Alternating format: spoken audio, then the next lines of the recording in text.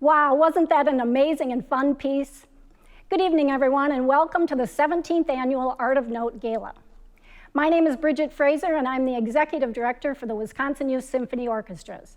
And it's my great pleasure to welcome you to tonight's virtual gala celebrating the wild and crazy ride of 2020. As many of you know, the William Tell Overture was originally planned for the March 13th Youth Orchestra concert at Hamel Music Center. Well, on March 11th, the UW Chancellor shut the university down, and WYSO was forced to cancel 10 orchestra concerts, 4 chamber recitals, the WYSO Percussion Extravaganza, and all rehearsals. Well, not to be deterred, the amazing WYSO staff was quickly able to pivot and offer online instruction. And by the end of May, we offered over 1,200 Zoom coachings, private lessons, and small group classes. The William Tell Overture virtual concert was created by our friends at Audio for the Arts, who took 64 individual videos and compiled them into the great virtual concert that you just heard. And now, I'd like to turn it over to Kyle Knox, WYSO's music director, who's going to tell us about the fall season at the beautiful McFarland Performing Arts Center, WYSO's new home. Take it away, Kyle. Thanks, Bridget, and welcome everyone to this year's virtual Art of Note Gala. Great to have you all here in attendance, even if remotely, as we sit here on stage at the beautiful McFarland Performing Arts Center. Outside, both in front of the high school and in back, are 2 large tents, which is where our wind brass players have been rehearsing every week since early September while the weather is still nice.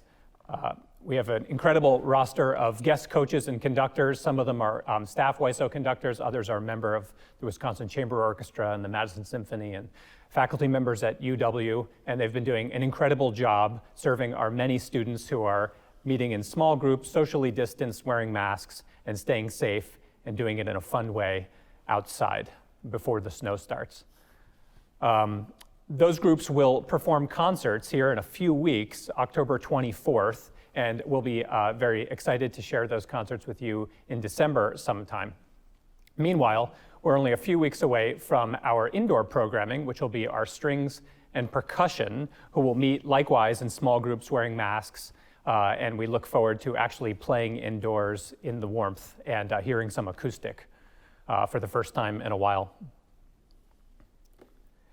Now, I'd like to introduce you to a dear friend of WYSO's and mine, the great radio personality from WPR, Norman Gilliland. Welcome, Norman. Thank you, Kyle. A pleasure to be here, however socially distance is necessary. Right. It's good to see a live person. Yes. Now, you have a connection to WYSO, don't you? A long connection, actually, slightly indirect, but both of my sons were WYSO products, and both of them string bass players who came out of the public school system and enjoyed WYSO tremendously. And I was just talking to my younger son, Ross, today, and he could not be any more complimentary about his experience with WYSO. I mean, he really said it was a formative part of his life, and he remains a professional musician, although he also has a day job. But he has played a variety of works and formats on his bass. Wow, that's great to know, and it's always inspiring to hear how people go on and keep music in their lives after their WYSO years. Now, did they participate in the chamber program? Ross did, and he benefited also greatly from that because of the associations. And with the string bass, you have to kind of accommodate a little bit. You know, you've got your Trout Quintet, so he certainly got into that, and a few other things, the Rossini string sonatas and that kind of thing, right, which were great experiences for him in the chamber context. That's great. Well, we have a treat for you because part of today's programming, since we can't actually have a full orchestra, et cetera, we are going to be sharing some of our chamber recordings that were done at Audio for the Arts back in March 1st. There were 3 of our best chamber groups, all members of the youth orchestra, and the first of them that you'll hear in a moment is Mendelssohn's A Major String Quintet.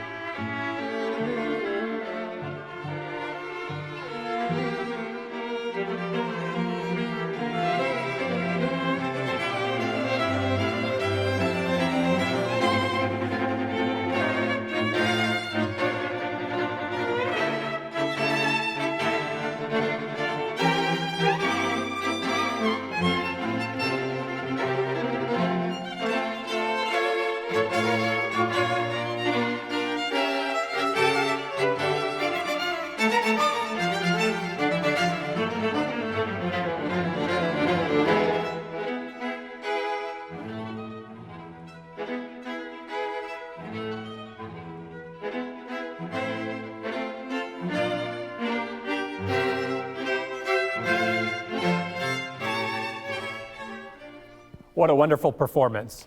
It gives me incredible pride to see such great musicianship at a young age, and especially to see these young musicians performing without a conductor. I think Norman, and I imagine your sons would probably agree, that what's so important about chamber music is that it really gives the individual players some feeling of personal responsibility. Very much so. That's right, and that performance just now, there's a phrase that comes to my mind occasionally when I'm seeing a performance of a work, especially when it's done by young people, and that is a credit to the composer. In other words, this is something the composer could be proud of if he or she attended this performance, and that was the case here.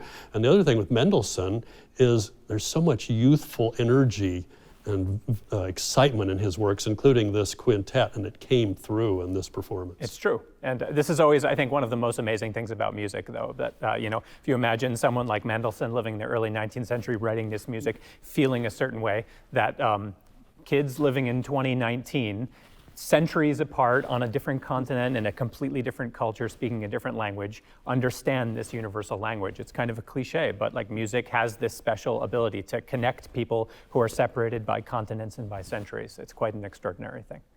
Well, speaking of that, we have another wonderful group. This is one of the true masterpieces of the form. It's Dvorak's A major piano quintet. So it's string quartet and piano, also members of my youth orchestra. I think you'll enjoy this performance.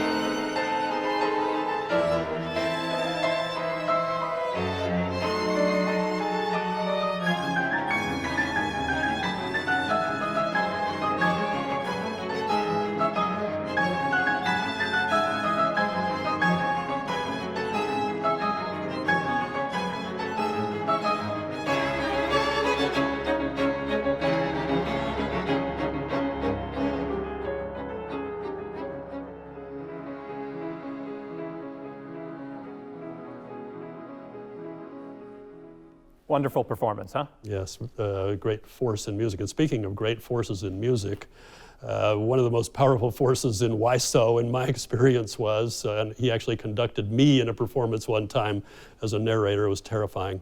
It was the eminent James Smith.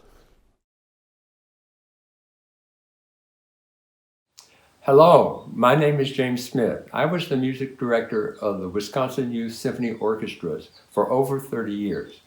When I was hired, the program consisted of 3 groups: the youth orchestra, the Philharmonia, and the concert orchestra. Over time, 2 string orchestras were added, first the Sinfonietta and most recently Opus 1. All 5 are made up of dedicated and exceptionally talented young musicians. This very strong musical program is guided by an outstanding staff and a committed board of directors. Fundraising initiatives like the Art of Note, as well as grants and corporate and individual donations, make WYSO possible. Scholarships make WYSO accessible to all families. Please support this wonderful organization. Thank you. Hi, my name is Alina Sangwan, and the reasons why I absolutely love WYSO are because, first off, it's a great learning experience. I've learned a lot, and I've been in WYSO for 3 years. Second of all, you get to make new friends, and who doesn't love new friends? The last reason is because the conductors are really nice, and who doesn't want nice conductors? Not to mention that they're really funny. I hope you have a great year. Thanks, Alina Sangwan. Hi, my name is Aiden Dolby. I play percussion, and I've been a part of WYSO for just over 3 years now. I love WYSO for its commitment to music and because of the joy and positivity that everyone brings to the group. Every morning that I'm at WYSO, it never ceases to amaze me how energetic people are and how everyone works separately so that we can all come together as one. The type of music WYSO plays, from orchestral to wild marching pieces, brings spice and variety, and to be a part of something like that, I just can't give it up. Hi, my name is Megan Leiderman, and I play violin in Philharmonia.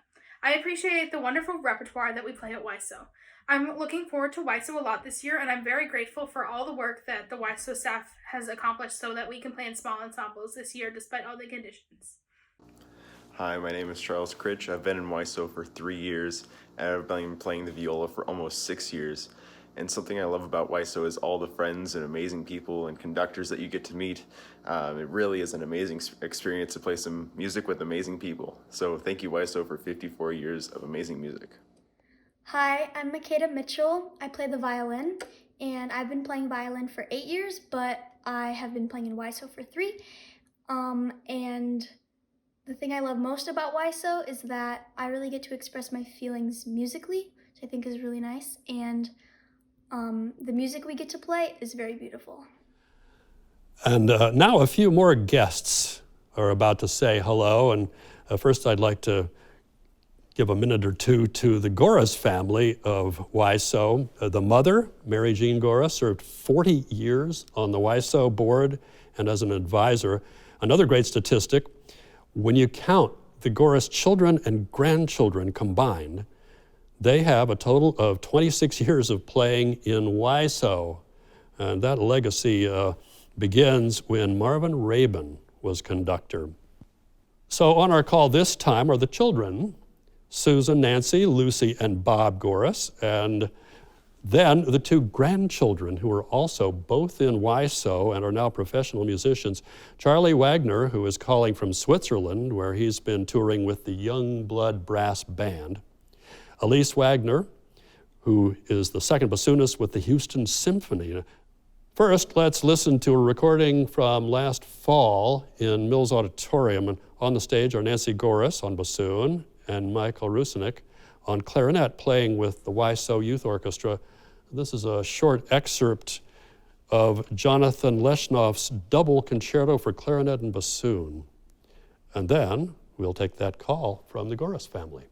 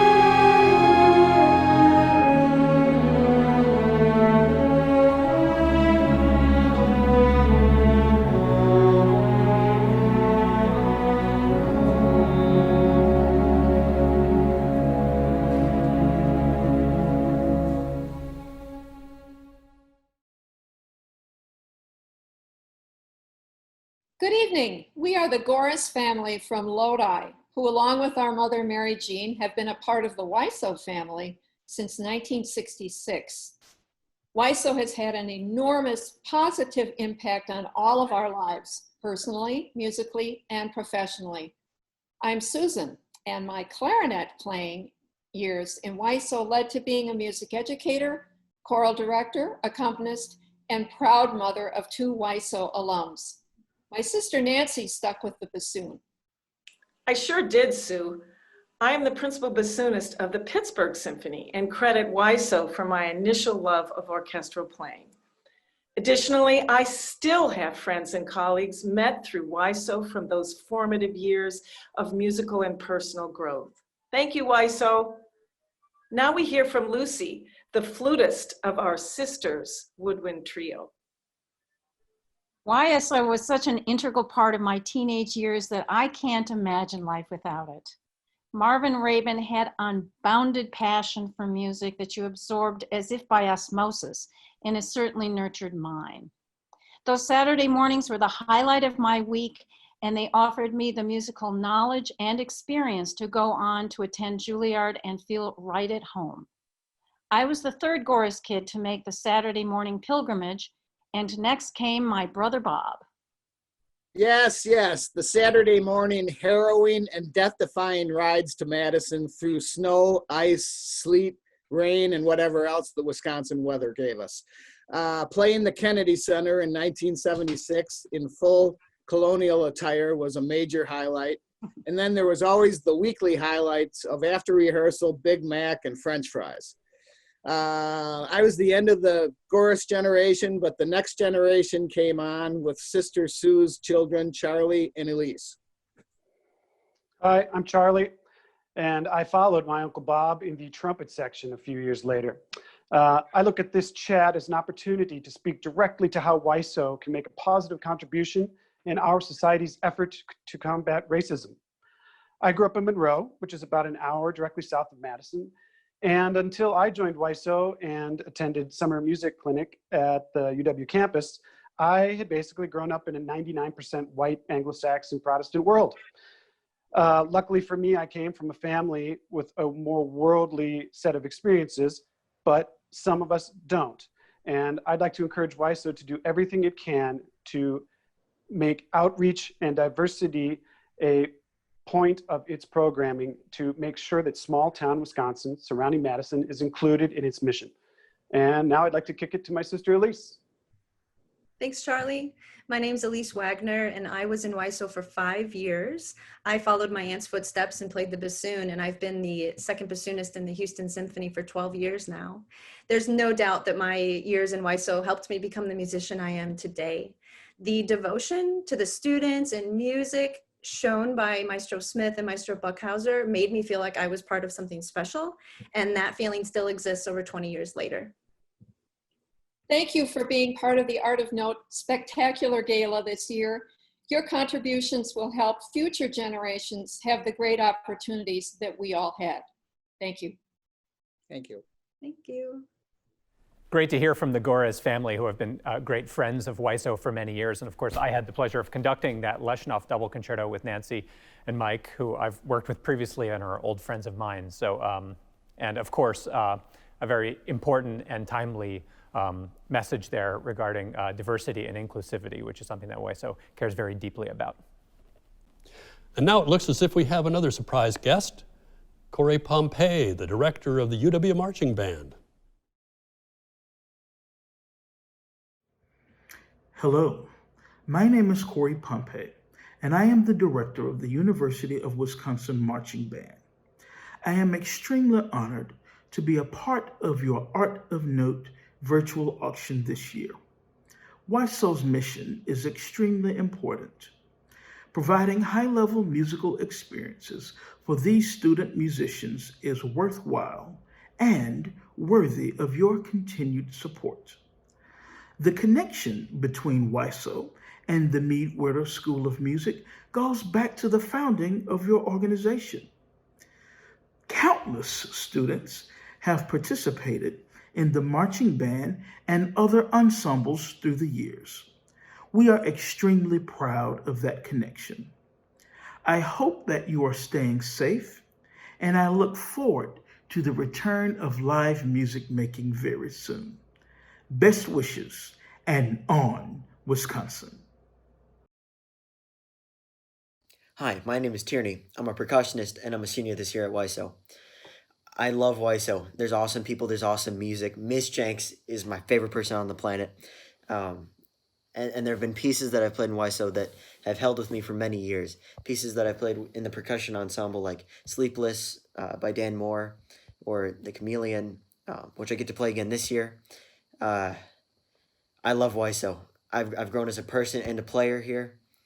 WYSO's the best. Hi, my name is Kira. This is my second year in Sinfonietta, and I play the violin. Some of the things I love about WYSO is I love how nice my conductor is. I love that you're playing with people that also love their instruments, and I also like meeting new people. Lastly, I love that WYSO is more challenging than school orchestra. Bye! Hello, my name is Samuel Filter. I play the violin. I've been in Opus 1 for 2 years, and this year I'm going to be starting Sinfonietta, the next level up. And the thing I love most about WYSO is, well, generally just a greater challenge and also meeting new people. Hello, my name is Lorenz, and I play violin. I've been in WYSO for a year, and why I really, really love WYSO is because I get yummy bagels to eat, and I have tons of friends that I get to meet. Hello, my name is Joseph Batterman, and I'm a senior at Arrowhead High School. This is my 5th year in WYSO, and one of my favorite things about WYSO is the percussion ensemble. In percussion ensemble, we have the opportunity to play many genres of music and a number of different instruments. For me, WYSO isn't just an orchestra or an ensemble, it's a family, and I can't wait for another great WYSO season this year at McFarland High School. And now I'd like to introduce Erin Barnard, the WYSO Music Makers Program Director. Even people who know WYSO pretty well, Erin, may not know about the Music Makers Program. Right, the Music Makers Program is fairly new. And what we do is we provide lessons for students in the community. We provide access. So we do subsidize some of those lessons. And we have about 85 members who are taking a lesson every week and then a group class every weekend as well. I remember years ago being at an instrument petting zoo down on the square in Madison and seeing children, 7, 8 years old, pick up instruments for the first time, and some of them seem to have a gift. Yeah, it's kids that age are fascinated by musical instruments, and they're kind of at an exploratory age, so it's just a really great time to get them connected to something like this. Now, speaking of connections, this is a time when connections are hard to come by because of COVID and various other circumstances. So in this past year, spring and fall, how have the music makers been coping? Yeah, everything was kind of turned upside down in March when we all had the stay-at-home order, and especially for kids, it came on really suddenly. So music makers, I was just amazed and really proud at our members and our teachers at the effort they put into making lessons just happen. Without much thought or planning, they just instantly jumped in and were finding ways to meet on Zoom and FaceTime and Google Meets and all kinds of different things. And they just kept everything going. I think there was the stay-at-home order happened right when there was spring break. And spring break ended up being 2 weeks off of school from kids. And a lot of parents and kids themselves told us how important it was to have something to keep them going during that time. It kind of gave them a sense of normalcy when everything else was put on hold. So that connection, I think it speaks to how strong our teachers and our students really do connect. They just jumped in and figured it out. And fortunately, in terms of the student body for the music makers, you are in an era of technology where these students seem to know all about all these technical options. A lot of the kids were teaching us how to use some of these things, right? Where the buttons were and how to get everything connected. And yeah, it's really a blessing. I mean, it still feels kind of like a compromise in some ways, so we're anxious to get back in person. But it's been a good stopgap. You know, it's working. We've experienced a lot of success. We have 85 kids in our program, and we had about 10 weeks of lessons from March until the end of the semester, and we did teach about 843 lessons, I think, was what our final count ended up being, which is amazing. That is phenomenal. Yeah. And how would a person find out about this Music Makers program and participating in it? In normal times, we play out in the community, and we've been trying to give virtual performances. We had a recital in the spring that we did through Facebook. And so, yeah, we're trying to be out there. It sounds like you're out there doing good work, and best of luck with it in the future. Thank you. Thanks, Erin. Yeah. Now we'd actually like to share an excerpt from that Facebook recital that we did in the spring.